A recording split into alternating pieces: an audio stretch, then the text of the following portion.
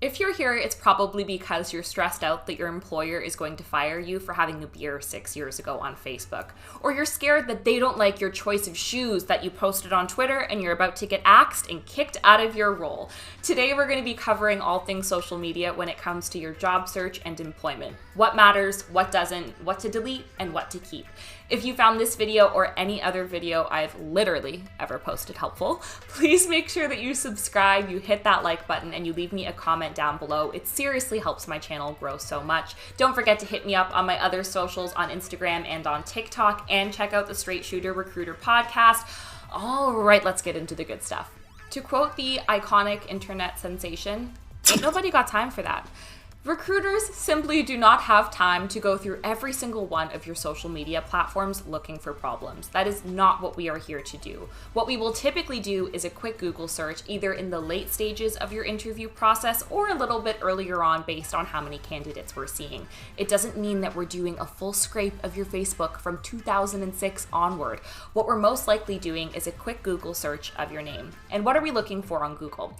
First things first, we're going to see if anything pops up on the main search. More often than not, it's good things that I see. Awards you've won, like things you've participated in, I don't know, recipes you've posted online. Usually it's pretty productive things that come up.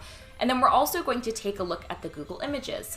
Honestly, we don't spend too much time here, and we're not going to judge you if you took really over-edited photos in the 90s and 2000s. That is not an issue at all. Did I just say 90s?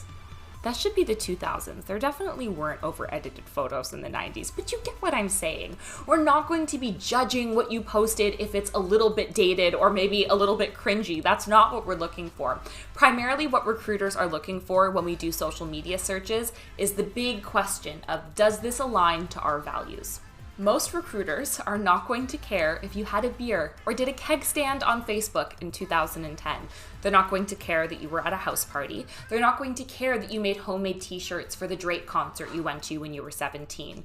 What they're looking for are fundamental red flags. Are you posting things that don't align to their values and don't well represent the company that you're working for? It doesn't mean that you can't have a personal life. You're not expected to be perfectly professional on the internet at all times, at all stages of your life. What it does mean is that you need to be respectful and embodying not only your values, but the values of your employer. So what are some red flags or things we look out for? Derogatory language, and I'm not saying using words like shit or crap online. I'm talking being derogatory. I'll let you fill in the blanks. I'm talking anything that is designed to put other people down. Basically, you being a crappy person on the internet is a huge red flag about what values you carry as an individual. Pretty straightforward. Ask yourself this: am I coming across as a good person on the internet? I mean, you should also ask yourself, am I a good person? But you get where I'm going with this. If what you're posting is fundamentally kind, not hurting anybody, not offensive, and not illegal, you're probably going to be fine. So you stressing about having a drink or two on the internet, or singing along at a concert, or not coming across as professional on your personal Instagram is not a big deal at all. Social media can be scary, and it is a bit of a gray line. It kind of feels like an invasion of privacy when people are going to look into your social media or look into your personal posts. I want to be super clear. I do not look up people on social media that I'm interviewing. I trust that there are good people, and I also trust that other measures like our interview process is going to show me the kind of person you are. I'm giving you these tips because some employers and some people just don't float that way. And some academic institutions also look at your social media. But let's not forget the benefit that social media can have on your career. If you Google a candidate, let's say, for example, let's say you Googled me if you were interviewing me for a role, you would see my Instagram and my TikTok and my YouTube page pop up. Emily the Recruiter. And you'd probably say, wow, Emily really loves her job, and this shows how passionate she is about the industry that she's in. It might even make you more inclined to want to interview me. So if you're building an online presence, whether that's your portfolio, engineering work you've done on GitHub, whatever that might be, I think it's an amazing idea to use your name if that's something that you're comfortable with. It's a huge benefit when recruiters are able to see online that you love what you do.